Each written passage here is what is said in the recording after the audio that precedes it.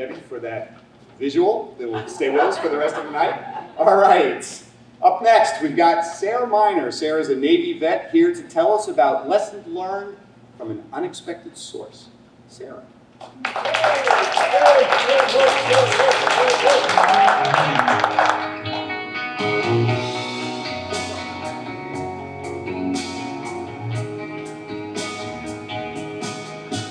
Mom, thank you. Those are super secret, like.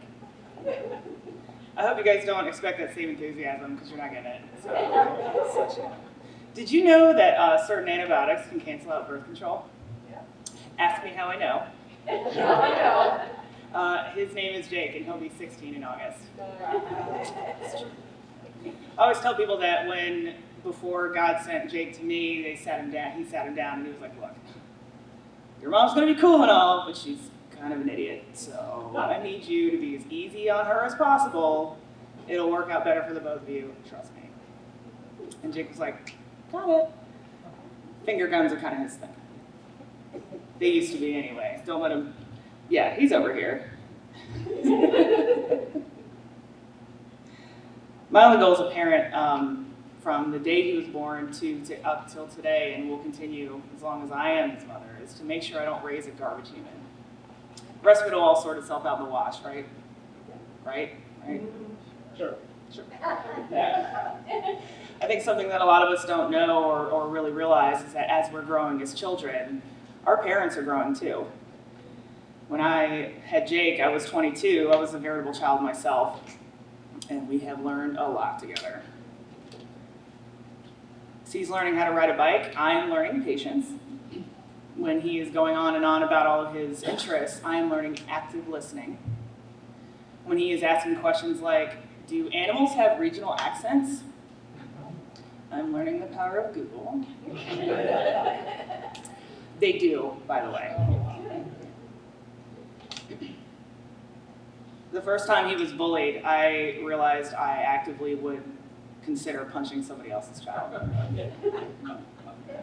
First time a girl broke his heart, I learned what true helplessness as a parent was, trying to help him navigate the heartache and realizing there wasn't a thing I could do to fix it.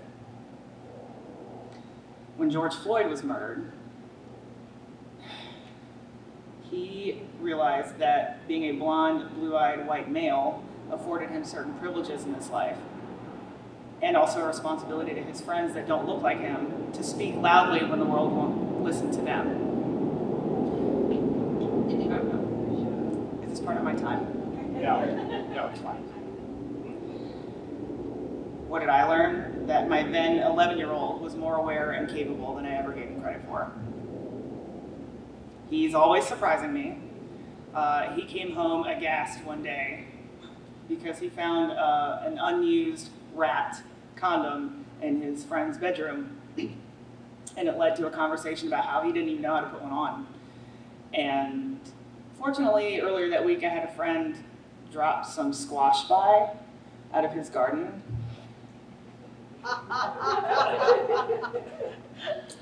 Jake and I hate squash, but we put it to educational use that day. The surprising part was that he actually took the lesson seriously, despite the hilarious premise and absurd use of vegetables.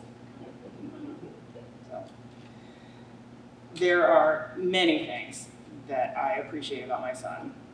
He has very strong opinions about things.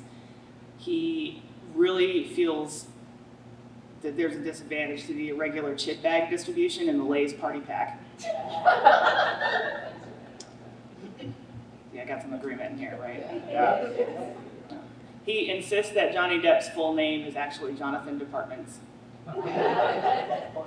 But he does still speak with conviction about serious things, like the school's dress code. You know, Mom, it's really unfair. They treat all the girls like whores and all the boys like wild animals. It doesn't make any sense. Agreement on that. He also likes to debate things he feels strongly about. He once spent 10 minutes arguing with me about the merits of getting him a race car bed. This has been recent.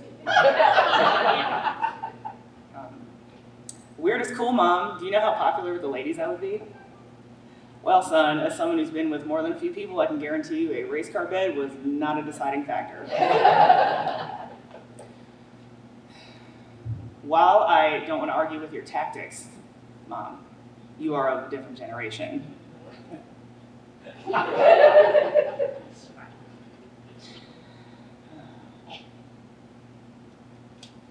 lost my spot for a second. He doesn't need me to teach him much these days. He's pretty self-sufficient. When I do though, it's more complicated things like shaving or driving. He's at this weird hybrid stage. He's, on one hand, I've got a kid farting and calling it his startup sound. And on the other hand, he gets a haircut, stands at almost his full 6-foot height, and I burst into tears because I get a glimpse of a man's face he'll one day have. I'm learning what it means to have to let go. The thing I've always kept in the back of my mind is that even though he is my son, he is borrowed. He does not belong to me.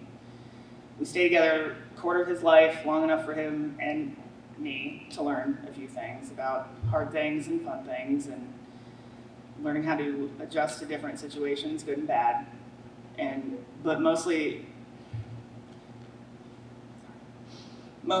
to look at all the awful things in this world and still choosing joy every time. And as long as I have Jake, that choice will always be easy for me. Thank you.